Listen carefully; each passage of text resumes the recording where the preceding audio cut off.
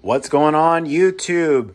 Got a 2012 Jeep JK Wrangler 4-door and my heated seat element and my bottom cushion quit working on me.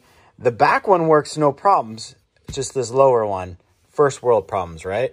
So anyway, I've got a new heated seat element coming in, and I'm going to go ahead and start disassembling.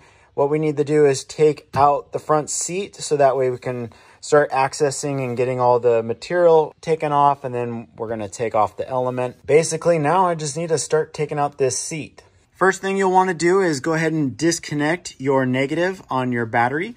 Mine kept falling down, so I just zip tied it to this hose ever so gently. We don't want to put a lot of stress, but just so that way it doesn't have contact, you want to make sure that your battery is disconnected.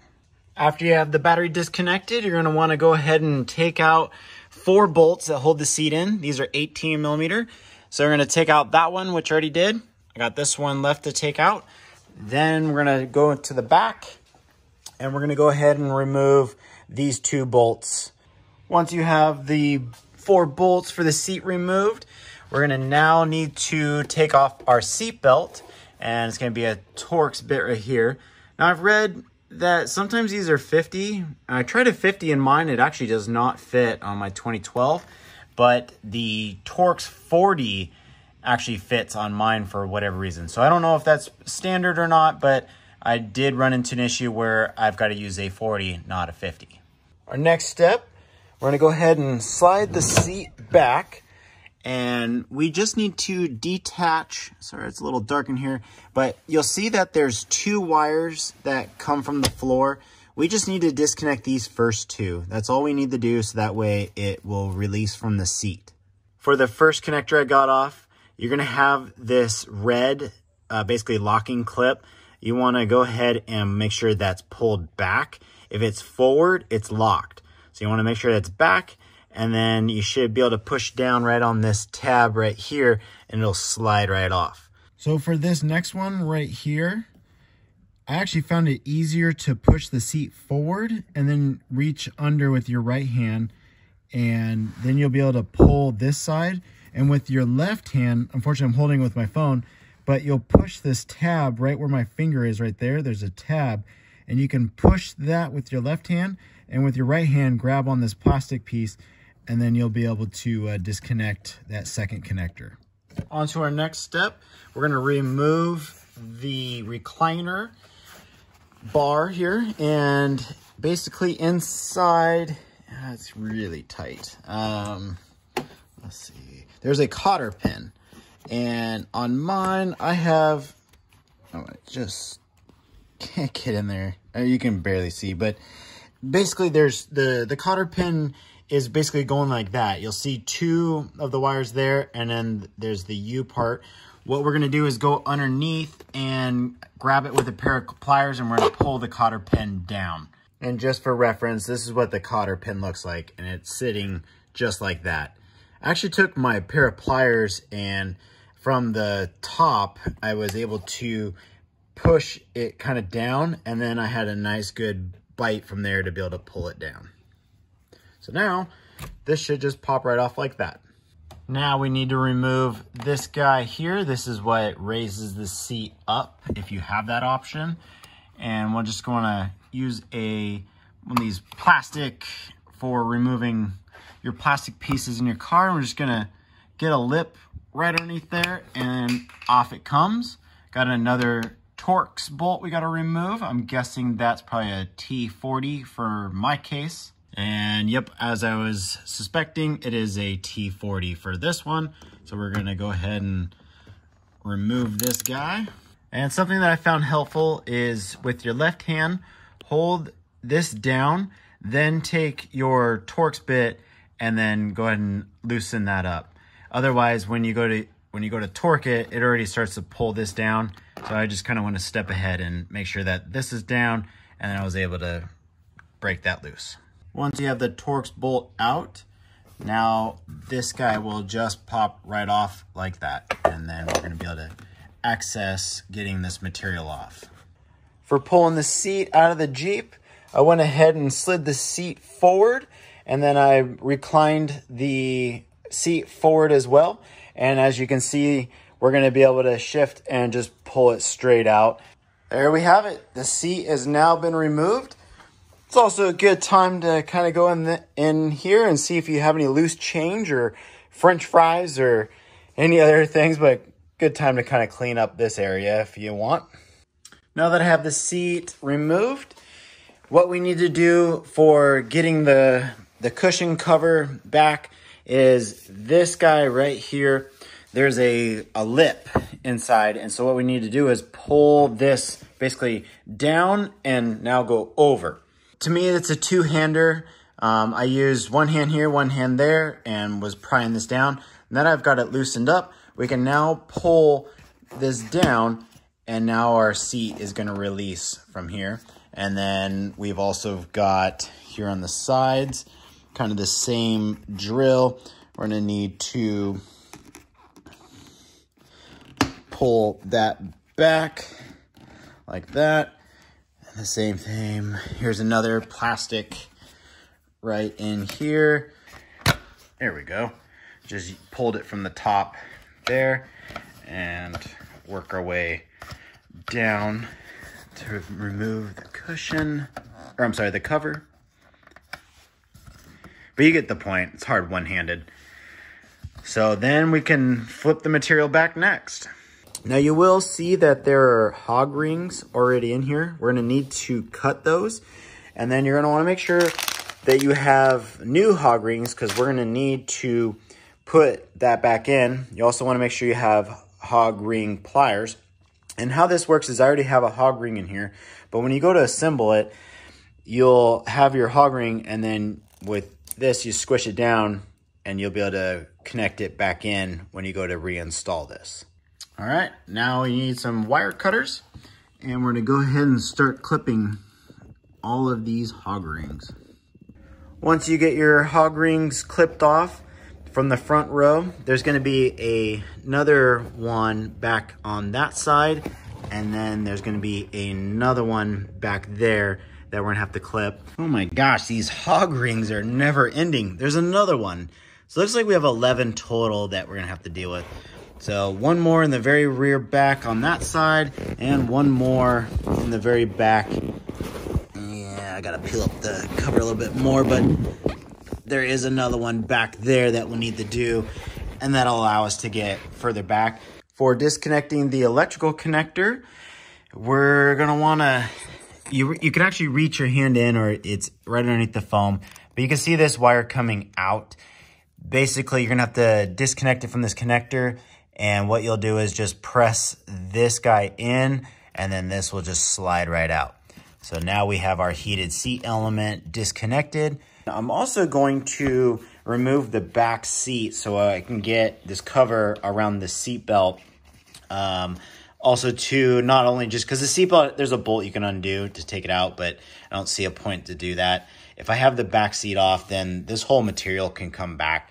So we're gonna need a 15mm socket, and we're gonna have 1, 2,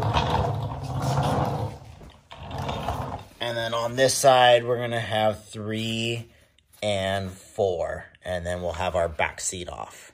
Okay, so now I've got the 4 bolts removed for the back seat, and I can already tell you right now, this makes a world of a difference for accessing the bottom of the cushion. Something to keep note about, that there are 2 wires in here if you have heated seats, as well as there's going to be your side airbag. So one of these wires is going to be for that, and the other one's for your rear, your back of your heated seat element there. So make sure we don't put a lot of tension or anything on those.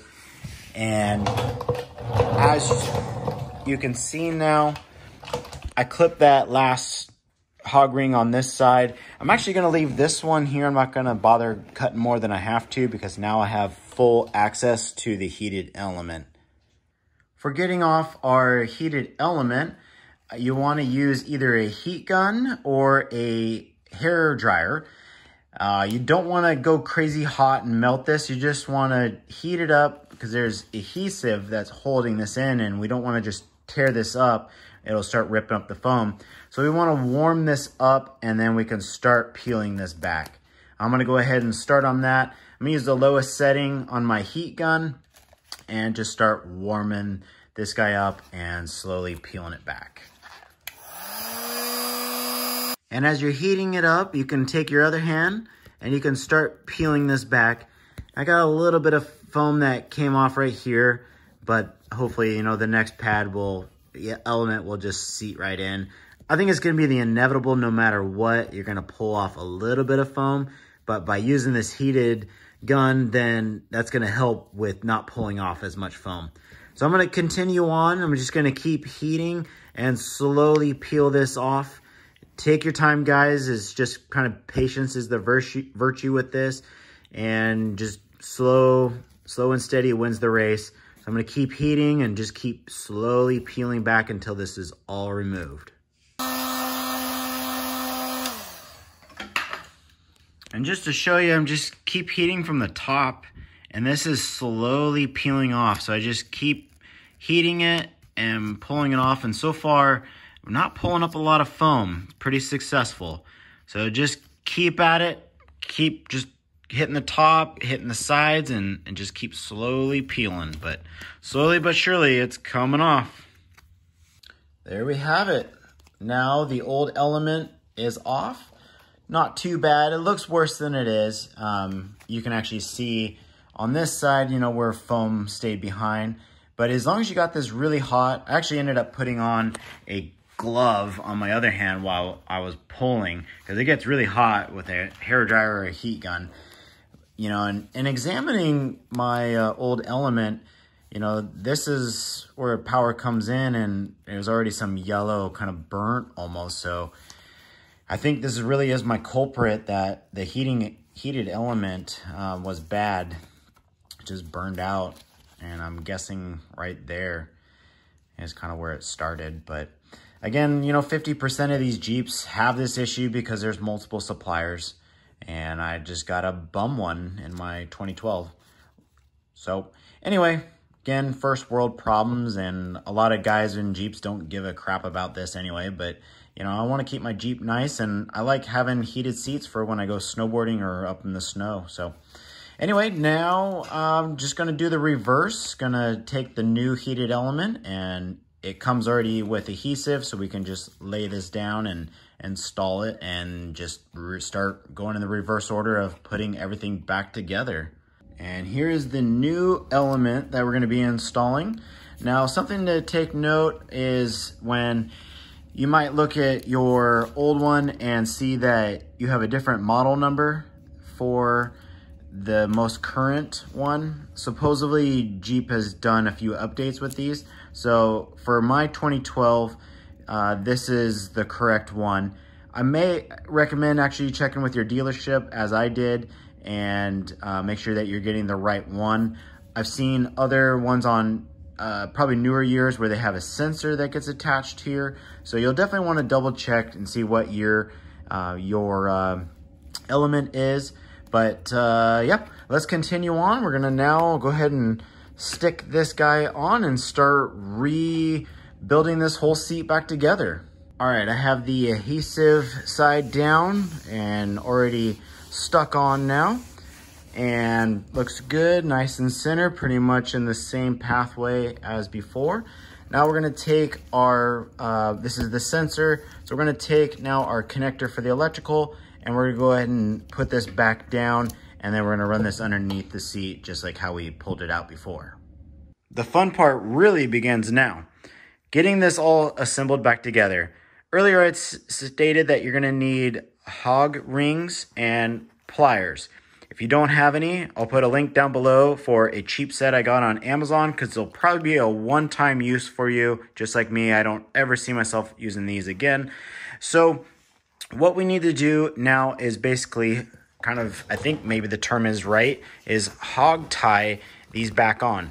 And as you may have noticed that there's a loop here, and then we're gonna need to get that loop through that section right there, kind of like hooking a fish. I think the best way might be to go ahead and prep your hog ring. And what we're gonna do, and unfortunately I can't do this one-handed, but we're gonna go ahead and loop that through. And then once we have it through, then we're gonna just shove this down in, and we're probably gonna have to pinch it down a little bit since this is a wider opening. And we'll go ahead and just pinch it and make sure that we're through there. And then we'll basically just hook it in and compress from there. So as you can see, I already have it prepped like that. And I'm just gonna shove this guy down in. I'm sorry for the shaky camera. This is very challenging one-handed like. And basically you can see that I'm getting the ring going underneath, and unfortunately I'm gonna need 2 hands, but this is how I'm doing it. Is basically I'm pushing it down and then getting it underneath, and then I'm gonna squeeze the hog pliers, and that will make a nice good firm connection there. And there's my first hog ring I've ever done in my entire life, honest to God. So now, just to complete, we're just gonna keep working down, and then we'll do the front. Bam, we got them all hog ringed up, all set to go. Really the biggest trick, you know, I was actually stressing about this part and it wasn't that bad, but when you work on one side, my recommendation is to come attack from this side, and then when you're on this side, attack and go in from here and just apply pressure and right in you go. Now, I'm gonna finish putting the cover back on, put the rear backrest back onto the bottom mount seat area, and continue on from there. And like that, we now have the back seat mounted back on. I've already pulled the cover over the foam. Super easy. Just push the foam in, you can pull the cover over from here. Next, we need to plug back in our heated seat.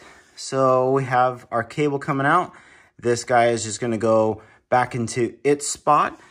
Then from there, we need to pull this guy over and around this metal lip here. Then for the sides, we just need to click these back over, and same thing for this side, which you got around this metal frame. So we'll need to wrap this back around. So I'm gonna go ahead and do that. Have the seat pretty much all buttoned up, turned out nicely. Looks like it just how it came out of my vehicle before we did all this. Super happy with it, not too bad of doing that. So we just got a few more things just to put back together. I'm gonna go ahead and put the cotter pin and the recliner lever in, since I can see out here in my garage, it's kind of dark in my Jeep. So I'm gonna go ahead and put that on. Little trick, put your seat on its side, and then you can get the cotter pin kind of lined up, ready to go. And then we can now, and this only goes on one way, so you don't need to worry about having it too far up or anything. Okay, got that in. And then now I'm gonna push that guy. There we go, it doesn't go any further, and that is nice and secure. Next step, we're gonna put the seat into the Jeep now. A tip that might be helpful to you is go ahead and unhook your strap that stops your door. Go ahead and unhook that so that way we can have it swung open a little bit further to give us more room to get in here.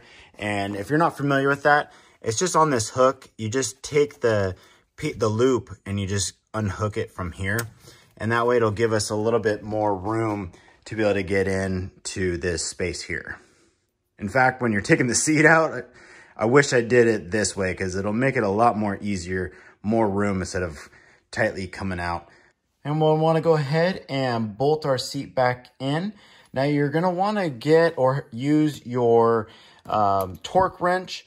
You're going to want to set it to 45 pounds for bolting these guys back in to the floor. Now that I have the seat bolted in, we're now going to attach our seat belt. And this is going to be the T40 bit again. And for torquing it down, you're going to want to use your torque wrench and set it to 30 foot-pounds of torque. Now we're going to do the lever that allows for the seat basically to pump it up and down. We're going to put that back in. Just make sure it's tight. You don't need to go crazy with it. There's no torque setting for that. Just make sure it's nice and snug. When you go to install it, notice that there's those three, I don't want to say grooves, but those three markings. We want to make sure that we line it up with this guy. It really goes in one way, so you'll just feel it pop, and then it's not going to go anywhere there.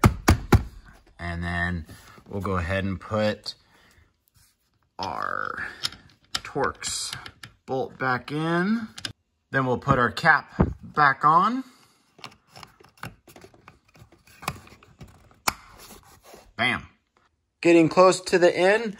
Now we just need to plug in our electrical connectors back in where they go. So I'm going to go ahead and do that. Once you have them connected, it should look like that. And you want to make sure you get that red tab. Don't forget to push that forward to get it back into the locking position. Last step before we get to enjoy our heated seat again is connect the battery. Mine's a 10 millimeter, by the way. Should be standard for all the rest of the Jeeps. But and don't forget to cut off your zip tie if you did do the same as me, as mine kept falling, wanting to go back into place, and I didn't want it to ground itself. There you have it. That's how you replace your heated seat element in a 2012 Jeep JKU. If you guys have any questions or like to know more, feel free to ask away in the comments down below and I'll help you out there. And as always, be sure to like, subscribe, and follow, and I'll see you guys on the next video. Cheers!